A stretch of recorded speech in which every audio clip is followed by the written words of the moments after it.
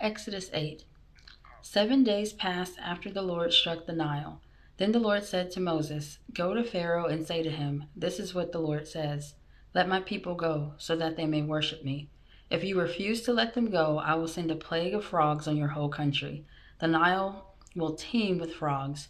They will come up into your palace and your bedroom and onto your bed, into the houses of your officials and on your people, and into your ovens and kneading troughs. The frogs will come up on you and your people and all your officials.'" Then the Lord said to Moses, "Tell Aaron, 'Stretch out your hand with your staff over the streams and canals and ponds, and make frogs come up on the land of Egypt.'" So Aaron stretched out his hand over the waters of Egypt, and the frogs came up and covered the land. But the magicians did the same things by their secret arts. They also made frogs come up on the land of Egypt. Pharaoh summoned Moses and Aaron and said, "Pray to the Lord to take the frogs away from me and my people, and I will let your people go to offer sacrifices to the Lord." Moses said to Pharaoh, "I leave to you the honor of setting the time for me to pray for you and your officials and your people, that you and your houses may be rid of the frogs, except for those that remain in the Nile." "Tomorrow," Pharaoh said.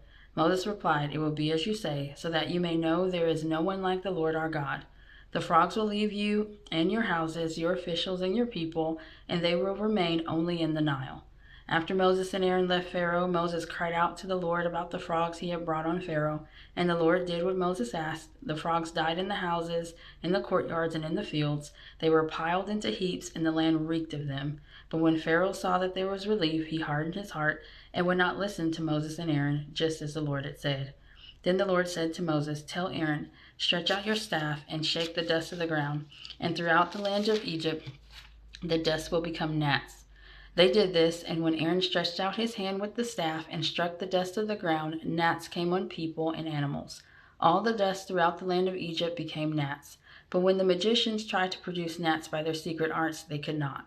Since the gnats were on people and animals everywhere, the magician said to Pharaoh, "This is the finger of God." But Pharaoh's heart was hard, and he would not listen, just as the Lord had said. Then the Lord said to Moses, "Get up early in the morning and confront Pharaoh as he goes to the river, and say to him, 'This is what the Lord says: Let my people go, so that they may worship me. If you do not let my people go, I will send swarms of flies on you and your officials, on your people, and into your houses. The houses of the Egyptians will be full of flies, even the ground will be covered with them. But on that day I will deal differently with the land of Goshen, where my people live. No swarms of flies will be there, so that you will know that I, the Lord, am in this land. I will make a distinction between my people and your people. This sign will occur tomorrow." And the Lord did this. Dense swarms of flies poured into Pharaoh's palace and into the houses of his officials. Throughout Egypt the land was ruined by the flies. Then Pharaoh summoned Moses and Aaron and said, "Go, sacrifice to your God here in the land." Moses said, "That would not be right. The sacrifices we offer the Lord our God would be detestable to the Egyptians.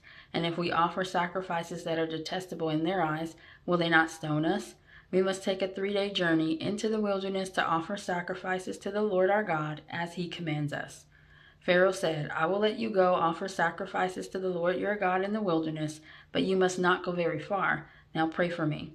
Moses answered, "As soon as I leave you, I will pray to the Lord, and tomorrow the flies will leave Pharaoh and his officials and his people. Only let Pharaoh be sure that he does not act deceitfully again by not letting the people go to offer sacrifices to the Lord." Then Moses left Pharaoh and prayed to the Lord, and the Lord did what Moses asked. The flies left Pharaoh and his officials and his people. Not a fly remained. But this time also Pharaoh hardened his heart and would not let the people go.